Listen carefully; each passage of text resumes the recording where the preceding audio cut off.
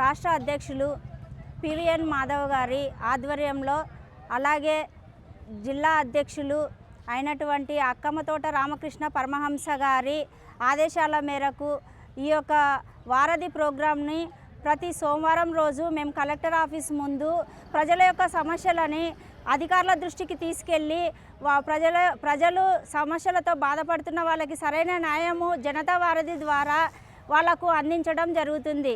ఈరోజు ముఖ్య సమస్య ఏమిటంటే, హోలగుందకు సంబంధించినటువంటి ఒక మహిళ ముస్లిం మైనారిటీ మహిళ అపురూపంగా ఒకరి దగ్గర నుంచి 30,000 రూపాయలు డబ్బులు తీసుకోవడం జరిగింది. దానికి వడ్డీ కూడా జత చేసి ఇస్తామంటే వాళ్ళు తీసుకోకుండా ఆమె ఇండ్లుని కబ్జా చేసి ఆమెను తన్ని బయటికి పంపించడం జరిగింది.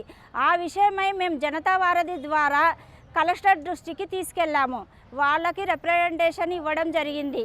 వాళ్ళ ద్వారా మేము అధికారుల ద్వారా ప్రతి వారము వచ్చేటువంటి సమస్యలతో మేము పరిష్కార మార్గాలు ప్రజలకు చూపిస్తున్నామని చెప్పేసి ఈ యొక్క వారధి ప్రతి వారం కంటిన్యూ అవుతుందని, ప్రజల సమస్యలు పరిష్కరిస్తామని చెప్పేసి ఈ సమావేశం ద్వారా తెలియపరుస్తున్నాను.